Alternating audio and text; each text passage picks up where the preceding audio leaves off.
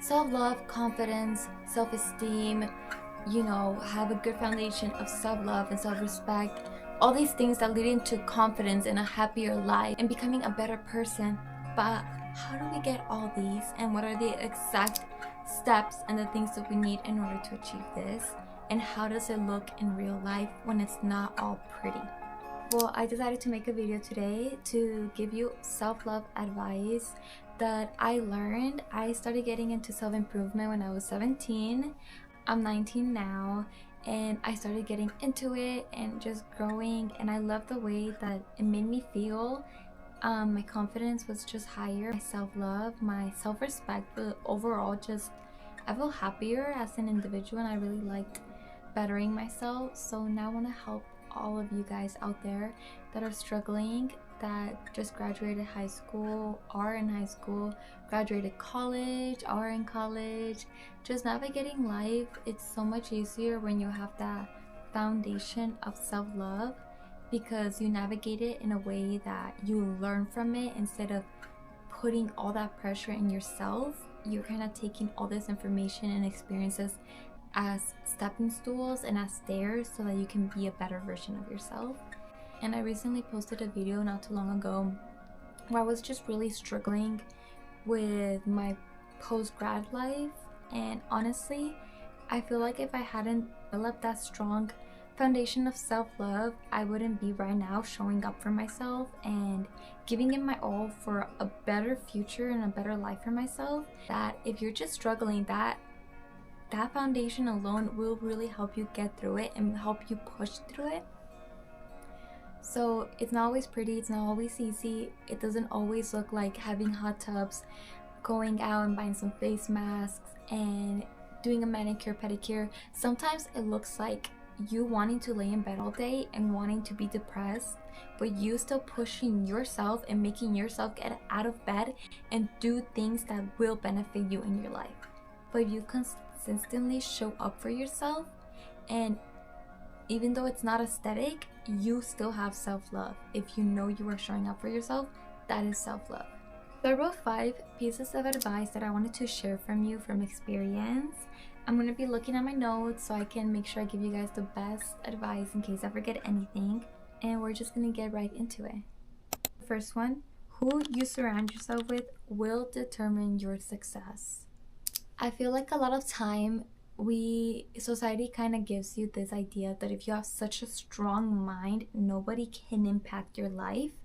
And in a way, that's true if you probably have like a monk's mindset, but for the majority, it's kind of hard to develop that strong of a mind where people don't affect you, because eventually your circle will end up affecting you and in a way changing the way that changing your mindset.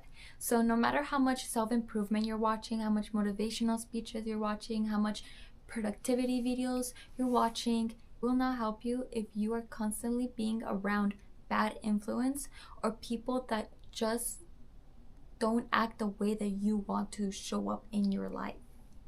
The people that you surround yourself with make up 95% of the person that you will become and determine your success.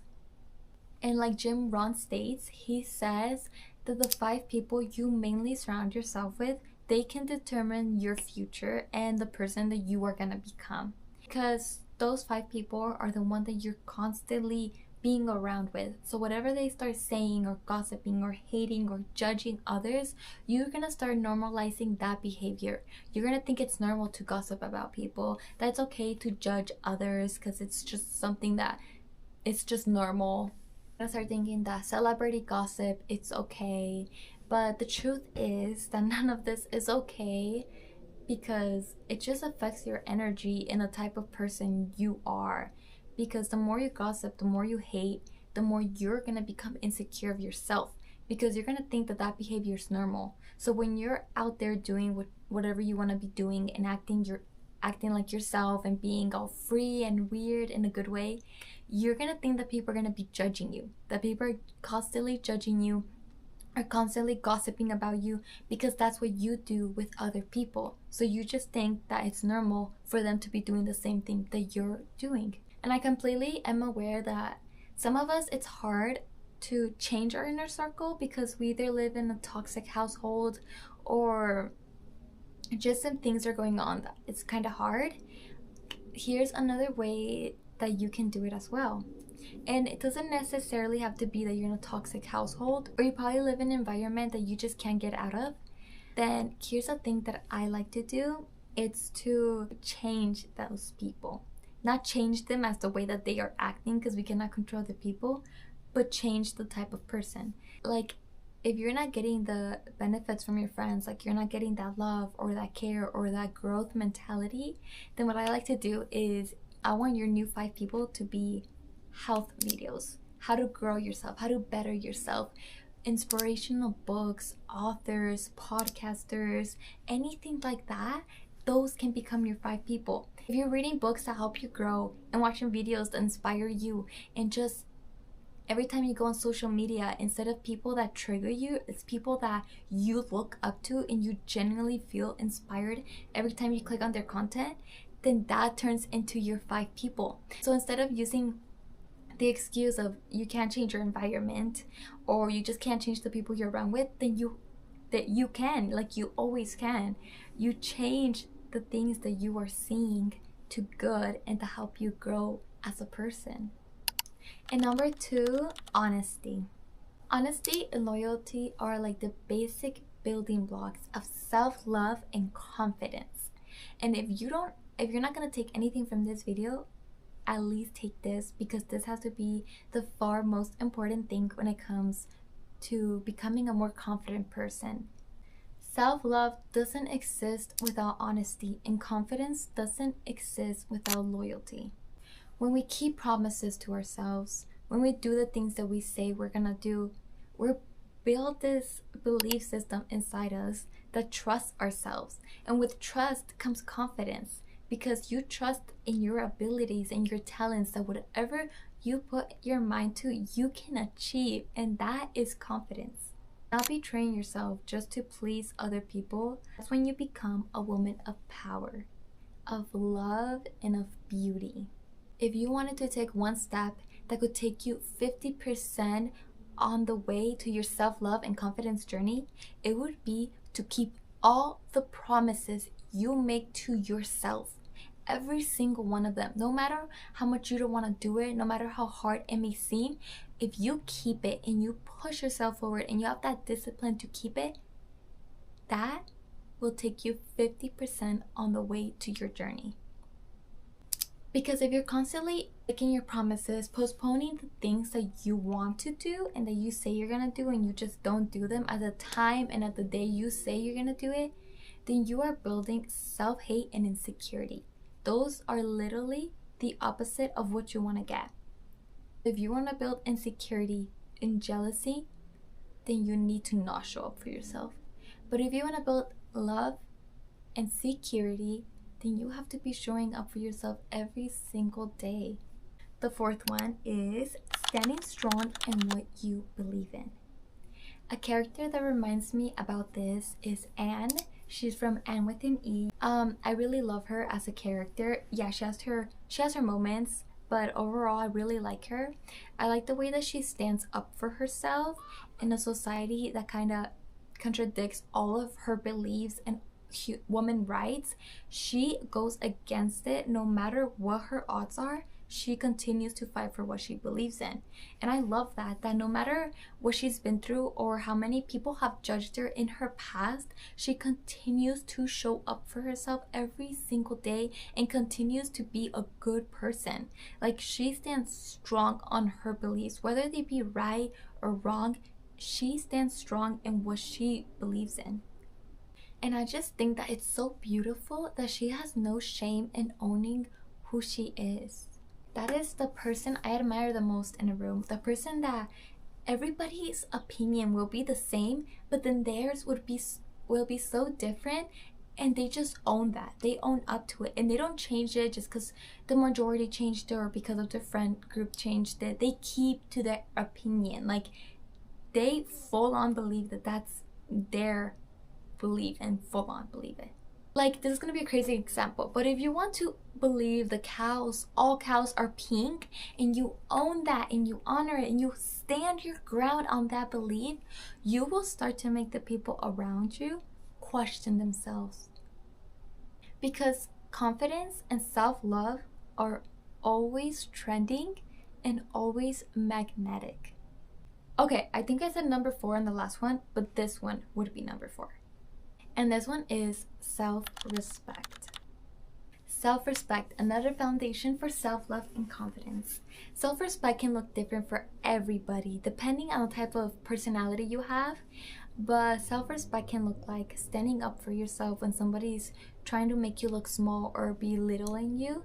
Is standing up for yourself, either speaking up, walking away, or simply repeating to yourself every single morning that another person's opinion or thoughts or words have no power over you. Taking those steps, instead of going straight to speaking up for yourself, it's to simply walking away to, in the beginning, just repeating in your mind that their words have no power over you. Respect is also showing up for yourself when you've realized that you've been binge watching Netflix for the past 3 days and that you've been home all day.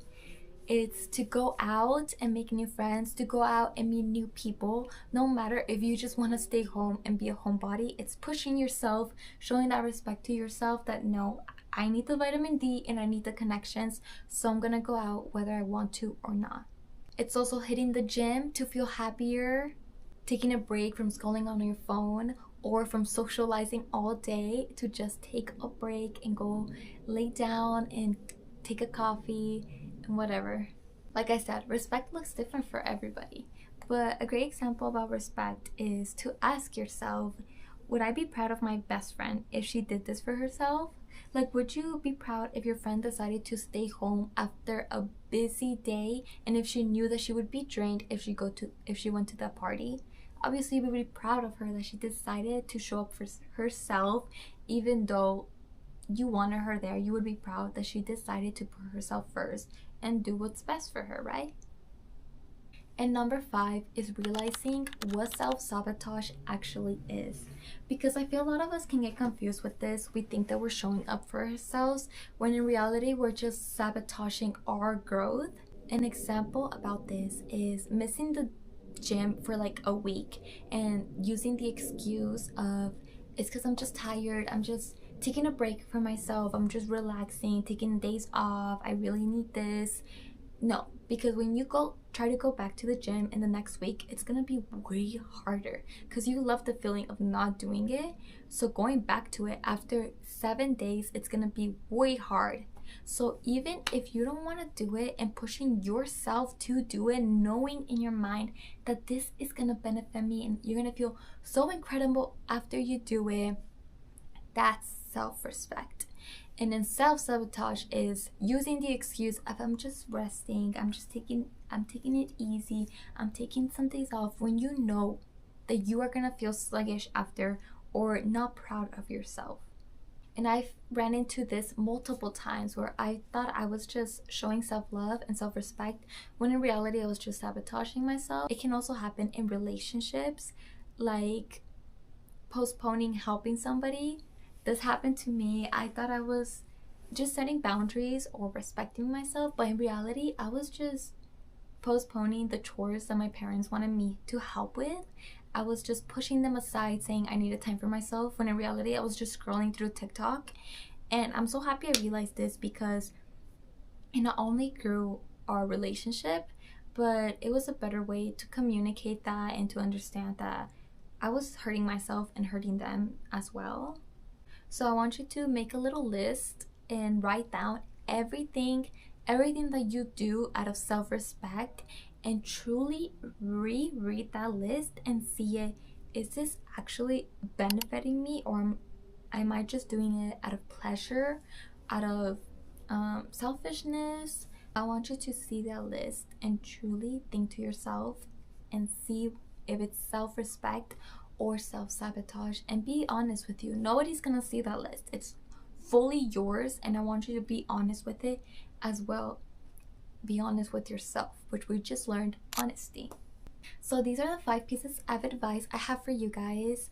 And honestly, if you were to follow these advice to the bone, I promise you, you would build such a strong foundation of self-love and confidence. And I fully believe that because that's how I got to my journey. And like I said, it's not always beautiful. You might see somebody crying or somebody just not having a good day. It doesn't mean they don't have self-love or confidence. They are human. Once you decide to show up for yourself and push yourself through it, no matter how hard it gets or no matter how much you're in the hole, that's self-love because you are showing up for yourself. So if you guys like this video, make sure to subscribe. I will be posting daily, and I'll see you in my next video. Bye guys.